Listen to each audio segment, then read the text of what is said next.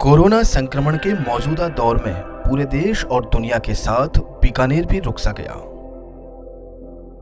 लेकिन संकट के इस दौर में भी सतर्क रहा बीकानेर। माननीय मुख्यमंत्री श्रीमान अशोक गहलोत के कुशल मार्गदर्शन और जिला कलेक्टर श्री नमित मेहता की अगुवाई में चिकित्सकों, नर्सिंग कर्मियों, पुलिस कर्मियों, स्वच्छता कर्मियों, संविदा कर्मियों और सभी फ्रंटलाइन वॉरियर्स की बदौलत बीकानेर ने कोरोना के विरुद्ध प्रभावी जंग लड़ी। कोरोना संक्रमण की पहली लहर के कम होते प्रभाव के बाद से ही बीकानेर दूसरी संभावित लहर से निपटने की तैयारी में जुट गया। एक ओर अस्पतालों के सुदृढ़ीकरण की प्रतिबद्धता दिखी, तो दूसरी ओर हारेगा कोरोना जीतेगा बीकाणा अभियान के माध्यम से जन जन को कोविड एप्रोप्रिएट बिहेवियर के प्रति जागरूक किया जाता रहा।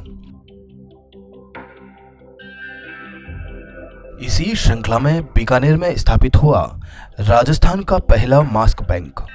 और जब कोरोना की दूसरी लहर आई तो घर घर सर्वे और संभावित मरीजों को त्वरित दवा वितरण, प्रत्येक क्षेत्र में जांचें बढ़ाना, पॉजिटिव मरीजों को तत्काल होम आइसोलेट करना और इन पर नियमित नजर बनाए रखना, प्रभावी कॉन्टैक्ट ट्रेसिंग, गांव-गांव में क्वारंटीन सेंटर बनाना, उपखंड मुख्यालयों पर ऑक्सीजन बेड युक्त कोविड केयर सेंटर विकसित करना जैसे सभी कार्य वरिष्ठ अधिकारियों के प्रभावी पर्यवेक्षण में किए गए।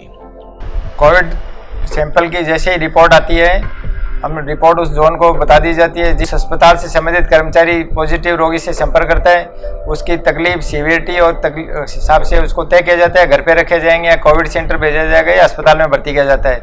रिपोर्ट आने के 1 घंटे के अंदर हमारे पास मेडिसिन आ गई और जो स्टाफ आया उन्होंने हमारे को हौसला बढ़ाया कि भाई आपको डरने की ज़रूरत नहीं है, और बाकी जो बचे हुए बंदे हैं घर के अंदर उन सबको आप आइसोलेट अलग जगह कर दीजिए। घर का कोई भी सदस्य घर से बाहर नहीं गया, वो हमारे को दवाई दे के गए, हमने वो दवाई लेनी चालू की। तो उन्होंने हमारे को हर तरीके से गाइडेंस किया अच्छे से, हमने उसका पूरी तरीके से पालना किया। हमारे पास कलेक्टर ऑफिस से फ़ोन आया था कॉन्टैक्ट ट्रेसिंग के लिए कि भाई आप कैसे आए कैसे नहीं आए।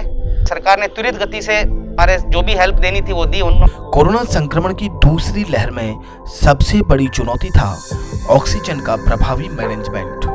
राज्य सरकार द्वारा आवश्यकता की तुलना में पर्याप्त ऑक्सीजन आपूर्ति की जाती रही, फिर भी इसका न्याय संगत उपयोग और अपव्यय रोकना सर्वोच्च प्राथमिकता थी।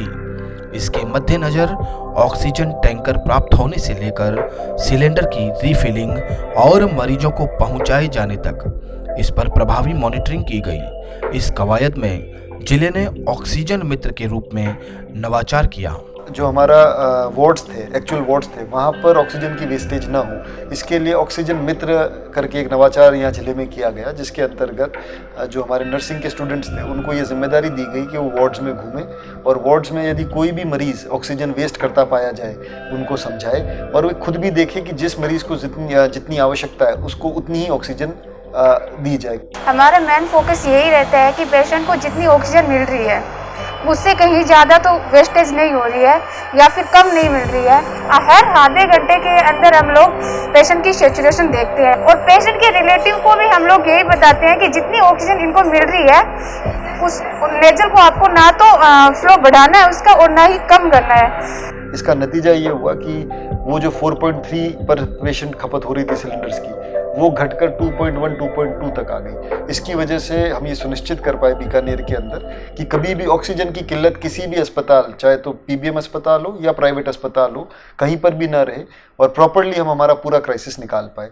जिले का ऑक्सीजन मित्र का यह नवाचार पूरे देश में सराहा गया और माननीय प्रधानमंत्री श्री नरेंद्र मोदी ने 20 मई को आयोजित वीडियो कॉन्फ्रेंसिंग में बीकानेर के इस प्रयोग को पूरी तन्मयता से सुना और स्वास्थ्य मंत्रालय ने सभी राज्यों में बीकानेर के इस ऑक्सीजन मित्र मॉडल को लागू करने का सुझाव भी दिया।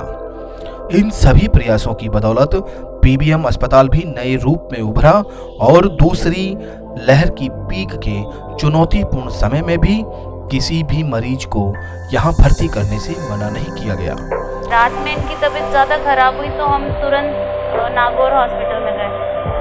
वहाँ पे भी ये 1-2 दिन रहे, प्रॉब्लम थी। हम सीधा बीकानेर पीजीएम आए, तो यहाँ पे इनको तुरंत जो इनको इमरजेंसी के लिए चाहिए था, इनको तुरंत ट्रीटमेंट मिला। जब हम एफसीएच में थे तब भी इनके बहुत सारे अप्स डाउन देखे हमने, मतलब 1-2 बार तो ऐसा लगा कि शायद हम हाथ से चले गए, मगर तुरंत वहाँ पे डॉक्टर्स और स्टाफ मौजूद थे जो तुरंत इनकी कंडीशन संभाल लिए। सबसे बड़ी चीज़ इस हॉस्पिटल की ये रही कि जब हम नीचे एमसीएच वार्ड में थे तो वहाँ पे जो डॉक्टर जिस तरीके से मोटिवेट करते थे वो बहुत अच्छा था उनका।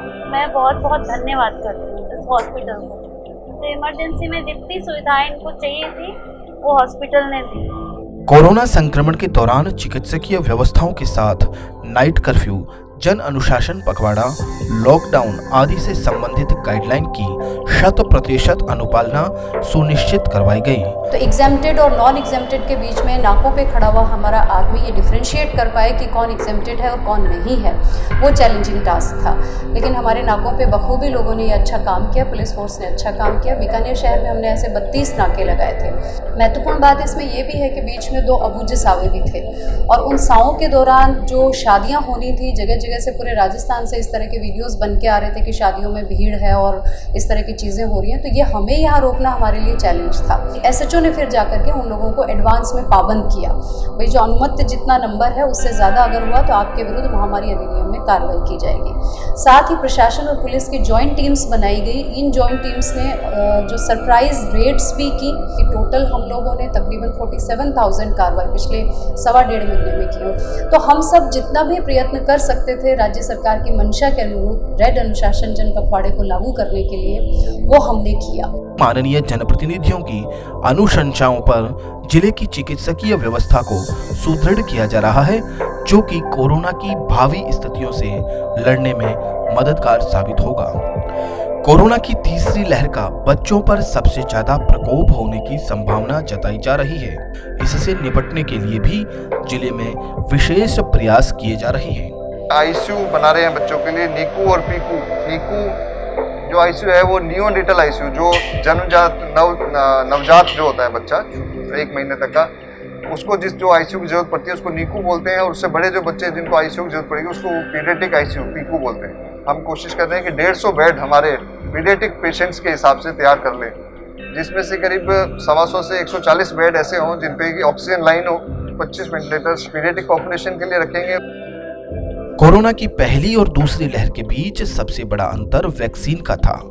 पहली लहर में वैक्सीन विकसित नहीं होने के कारण रोगियों की गंभीरता बढ़ी, लेकिन दूसरी लहर से पहले जिले में अधिक से अधिक वैक्सीनेशन के विशेष प्रयास हुए। इनमें भी जनप्रतिनिधियों, धर्मगुरुओं, स्वयंसेवी संस्थाओं सहित प्रत्येक वर्ग का सहयोग लिया गया। जो इन कोविड की वैक्सीन आई, सबसे पहले स्वास्थ्य कर्मियों को वैक्सीन के टीके लगाए गए, को कोई दिक्कत नहीं हुई है और बीमारी से पूरा प्रोटेक्शन मिल गया है। सेकेंड फेज में जो हाई रिस्क ग्रुप थे और जनरल पॉपुलेशन है, आज खास करके अब 18 से प्लस वालों के भी इंजेक्शन लगने लगे हैं। बीकानेर में करीब 5 लाख घर हैं, उनमें 3 सर्वे घर हो चुके हैं, चौथा अभी 1 तारीख से शुरू हुआ है, जिसमें MLI के पेशेंट ढूंढे जाते हैं। डायबिटीज, ब्लड प्रेशर, कैंसर उन रोगियों को ढूंढा जाता है। ब्लैक फंगस का सर्वे भी इसके साथ साथ चल रहा है। तहसील हेडक्वार्टर पे कोविड केयर सेंटर खुले हुए हैं और मौके पे ट्रीटमेंट दिए जाते हैं। हर PSC पे 5 कंसंट्रेट रखे गए हैं, CHC पे 10 कंसंट्रेट अभी रख दिए गए हैं। जो कोविड की सेकेंड लहर थी उसके अंदर पूरे देश इससे काफ़ी प्रभावित हुआ। राजस्थान में भी इसका बहुत इम्पैक्ट देखने को मिला अप्रैल और मई के अंदर। पर माननीय मुख्यमंत्री जी और राज्य सरकार के जो निर्देश और मार्गदर्शन मिले उसके अंतर्गत बीकानेर में भी कोविड प्रबंधन में अच्छा काम हुआ। जो हमारे डॉक्टर्स, नर्सेस और प्रशासनिक अधिकारी, पुलिस अधिकारी एक टीम के रूप में जिले में सभी अधिकारियों ने और डॉक्टर्स ने काम किया, उसका नतीजा ये रहा कि कोविड के संबंध में कभी भी कोई क्राइसिस की सिचुएशन बीकानेर में नहीं बन पाई और आम जन का भी इसमें बहुत सहयोग रहा। उन्होंने एनफोर्समेंट की गाइडलाइंस की पालन करा, कोविड अप्रोप्रिएट बिहेवियर को माना। इस सब को रहते आज हम एक सुखद स्थिति में आ चुके हैं। इसमें कोई दो राय नहीं है कि कोरोना संक्रमण का यह पूरा दौर बीत जाएगा और जिंदगी की गाड़ी एक बार फिर पटरी पर आ जाएगी। लेकिन इस चुनौतीपूर्ण समय में राज्य सरकार और जिला प्रशासन द्वारा किए गए बेहतरीन प्रबंधन को हमेशा याद रखा जाएगा।